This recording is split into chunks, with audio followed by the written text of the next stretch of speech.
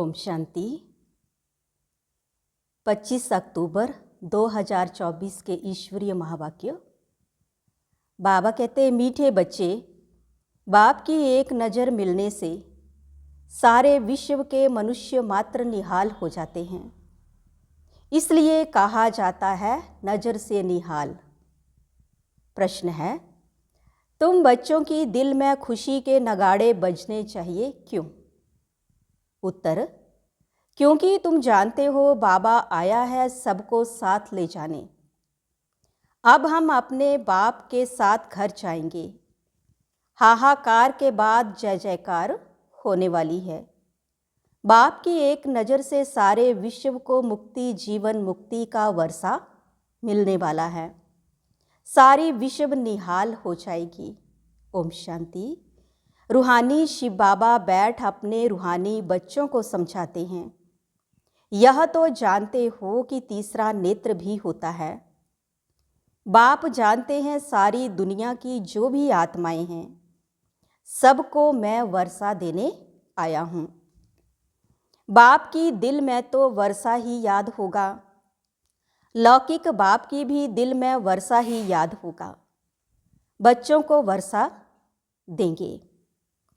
बच्चा नहीं होता है तो पूछते हैं किसको दें, फिर अडॉप्ट कर लेते हैं। यहाँ तो बाप बैठे हैं, इनकी तो सारे दुनिया की जो भी आत्माएं हैं सब तरफ नज़र जाती है। जानते हैं सबको मुझे वर्षा देना है। भल बैठे यहाँ हैं परंतु नज़र सारे विश्व पर और सारे विश्व के मनुष्य मात्र पर है, क्योंकि सारे विश्व को ही निहाल करना होता है। बाप समझाते हैं, यह है पुरुषोत्तम संगम युग। तुम जानते हो बाबा आया हुआ है सबको शांति धाम सुख धाम ले जाने। सब निहाल हो जाने वाले हैं। ड्रामा के प्लान अनुसार कल्प कल्प निहाल हो जाएंगे। बाप सब बच्चों को याद करते हैं, नज़र तो जाती है ना। सब नहीं पढ़ेंगे। ड्रामा प्लान अनुसार सबको वापिस जाना है, क्योंकि नाटक पूरा होता है। थोड़ा आगे चलेंगे तो खुद भी समझ जाएंगे अब विनाश होता है। अब नई दुनिया की स्थापना होनी है, क्योंकि आत्मा तो फिर भी चैतन्य है ना, तो बुद्धि में आ जाएगा। बाप आया हुआ है, पैराडाइज स्थापन होगा और हम शांति धाम में चले जाएंगे। सबकी गति होगी ना, बाकी तुम्हारी सदगति होगी। अभी बाबा आया हुआ है। हम स्वर्ग में जाएंगे, जय जयकार हो जाएगी। अभी तो बहुत हाहाकार है। कहाँ अकाल पड़ रहा है, कहाँ लड़ाई चल रही है, कहाँ भूकंप होते हैं, हजारों मरते रहते हैं। मौत तो होना ही है। सतयुग में यह बातें होती नहीं। बाप जानते हैं अब मैं जाता हूँ, फिर सारे विश्व में जय जयकार हो जाएगी। मैं भारत में ही जाऊँगा।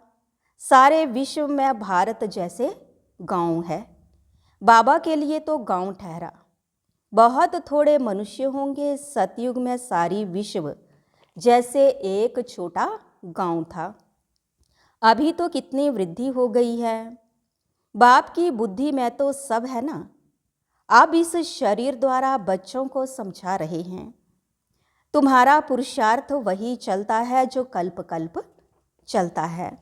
बाप भी कल्प वृक्ष का बीज रूप है। यह है कारपोरियल झाड़। ऊपर में है इन कारपोरियल झाड़। तुम जानते हो यह कैसे बना हुआ है, यह समझ और कोई भी मनुष्य में नहीं है। बेसमझ और समझदारों का फर्क देखो।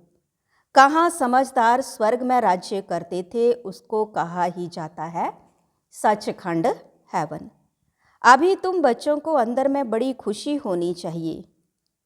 बाबा आया हुआ है, यह पुरानी दुनिया तो जरूर बदलेगी।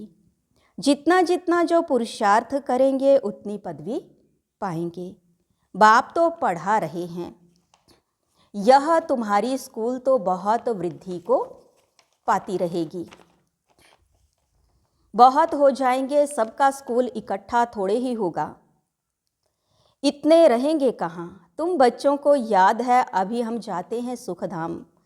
जैसे कोई भी विलायत में जाते हैं तो 8-10 वर्ष जाकर रहते हैं ना, फिर आते हैं भारत में। भारत तो गरीब है, विलायत वालों को यहाँ सुख नहीं आएगा, वैसे तुम बच्चों को भी यहाँ सुख नहीं है। तुम जानते हो हम बहुत ऊंची पढ़ाई पढ़ रहे हैं जिससे हम स्वर्ग के मालिक देवता बनते हैं। वहाँ कितने सुख होंगे, उस सुख को सभी याद करते हैं। यह गाम यानी कि कलयुग तो याद भी नहीं आ सकता। इनमें तो अथाह दुख है। इस रावण राज्य पतित दुनिया में आज अपरम अपार दुख है, कल फिर अपरम अपार सुख होंगे। हम योग बल से अथाह सुख वाली दुनिया स्थापन कर रहे हैं। यह राजयोग है ना। बाप खुद कहते हैं मैं तुमको राजाओं का राजा बनाता हूँ। तो ऐसा बनाने वाले टीचर को याद करना चाहिए ना। टीचर बिगर बैरिस्टर, इंजीनियर आदि थोड़े ही बन सकते हैं। यह फिर है नई बात। आत्माओं को योग लगाना है परमात्मा बाप के साथ, जिससे ही बहुत समय अलग रहे हैं, बहुकाल क्या। वह भी बाप आपे ही समझाते रहते हैं। मनुष्य तो लाखों वर्ष आयु कह देते हैं, बाप कहते हैं नहीं, यह तो हर 5000 वर्ष बाद तुम जो पहले पहले बिछड़े हो वही आकर बाप से मिलते हो। तुमको ही पुरुषार्थ करना है। मीठे मीठे बच्चों को कोई तकलीफ नहीं देते हैं, सिर्फ कहते हैं अपने को आत्मा समझो। जीव आत्मा है ना। आत्मा अविनाशी है, जीव विनाशी है। आत्मा एक शरीर छोड़ दूसरा लेती है, आत्मा कभी पुरानी नहीं होती है। वंडर है ना। पढ़ाने वाला भी वंडरफुल, पढ़ाई भी वंडरफुल है, किसको भी याद नहीं भूल जाती है। आगे जन्म में क्या पढ़ते थे किसको याद है क्या। इस जन्म में तुम पढ़ते हो, रिजल्ट नई दुनिया में मिलती है। यह सिर्फ तुम बच्चों को पता है, यह याद रहना चाहिए। अभी यह पुरुषोत्तम संगम युग है, हम नई दुनिया में जाने वाले हैं। यह याद रहे तो भी तुमको बाप की याद रहेगी। याद के लिए बाप अनेक उपाय बताते हैं। बाप भी है, टीचर भी है, सतगुरु भी है। तीनों रूप में याद करो। कितनी युक्तियां दे रहे हैं याद करने की, परंतु माया भुला देती है। बाप जो नई दुनिया स्थापन करते हैं, बाप ने ही बताया है यह पुरुषोत्तम संगम युग है। यह याद करो, फिर भी याद क्यों नहीं कर सकते हो। युक्तियां बतलाते हैं याद की, फिर साथ साथ कहते भी हैं माया बड़ी दुष्टर है, घड़ी घड़ी तुमको भुलाएगी और देह अभिमानी बना देगी। इसलिए जितना हो सके याद करते रहो। उठते बैठते चलते फिरते देह के बदले अपने को देही समझो। यह है मेहनत। नॉलेज तो बहुत सहज है। सब बच्चे कहते हैं याद ठहरती नहीं। तुम बाप को याद करते हो, माया फिर अपनी तरफ खींच लेती है। इस पर ही यह खेल बना हुआ है। तुम भी समझते हो हमारा बुद्धि योग जो बाप के साथ और पढ़ाई की सब्जेक्ट में होना चाहिए वह नहीं है, भूल जाते हैं। परंतु तुम्हें भूलना नहीं चाहिए। वास्तव में इन चित्रों की भी दरकार नहीं है, परंतु पढ़ाने समय कुछ तो आगे चाहिए ना। कितने चित्र बनते रहते हैं। तो बाबा ने कहा पांडव गवर्नमेंट के प्लान देखो कैसे हैं, उस गवर्नमेंट के भी प्लान हैं।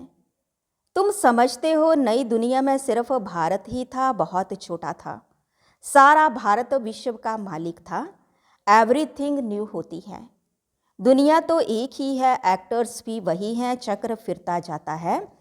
तुम गिनती करेंगे इतने सेकंड, इतने घंटे, दिन, वर्ष पूरे हुए, फिर चक्र फिरता रहेगा। आजकल करते करते 5000 वर्ष पूरे हो गए हैं। सब सीन सीनरी खेल पाल होते आते हैं। कितना बड़ा बेहद का झाड़ है, झाड़ के पत्ते तो गिन नहीं सकते हैं। यह झाड़ है, इनका फाउंडेशन देवी देवता धर्म है।